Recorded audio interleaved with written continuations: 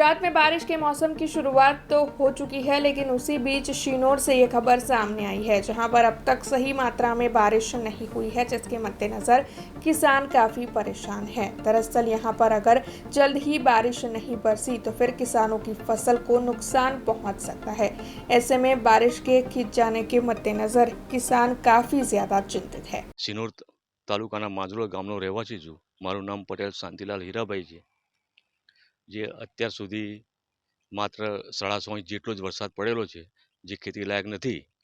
અને જે નીચલા ભાગના લોકોએ વાવેતર કરેલ છે તે થોડુંક 50% જીવેલું છે, પણ જે બિલકુલ ઉભારો ભાગ છે એમાં કશું છે નહીં.